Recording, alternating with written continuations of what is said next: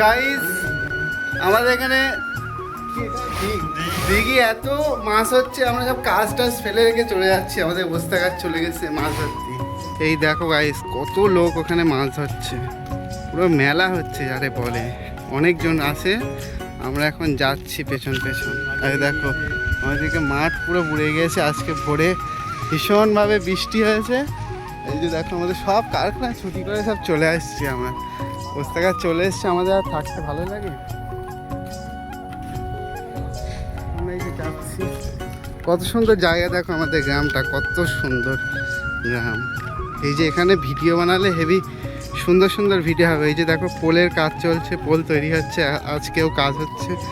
আর এসে এখানে দেখো এই কি মাছ, খোল একটু সেইরাম বড় শিঙি মাছ ধরেছে,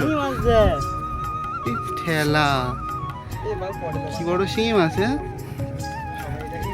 এই যে ছিপ ফেলা চালু করে দিয়েছে। এই চলো সবাই চলো। গাইস দেখো কত লোক জাল ফেলছে, দেখো ভর্তি ওখানে লোক ভর্তি।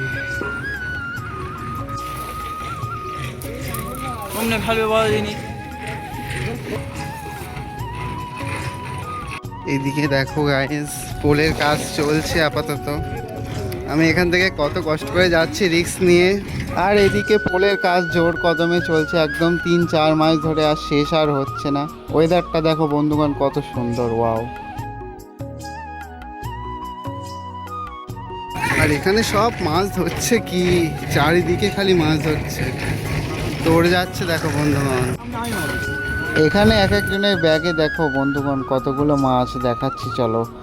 সব চ্যাং মাছ, পুঁটি মাছ, বড় বড় সাদা মাছও হচ্ছে কিছু কিছু জনের।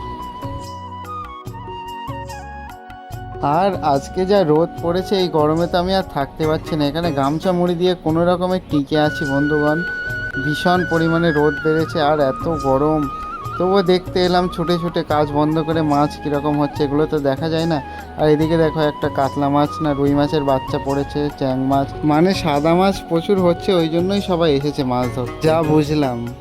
আর একটুকু ভালো লাগছে না বন্ধুগণ, চলে এবার চলে যায়, নাহলে এই গরমে আমি আর থাকতেই পারছি না, ভীষণ পরিমাণে গরম, দেখতেই পাচ্ছ। আর এখানে দেখো আমাদের বস্তাকাটা এই যে চায়না জাল পেতেছে, দেখতে পাচ্ছ।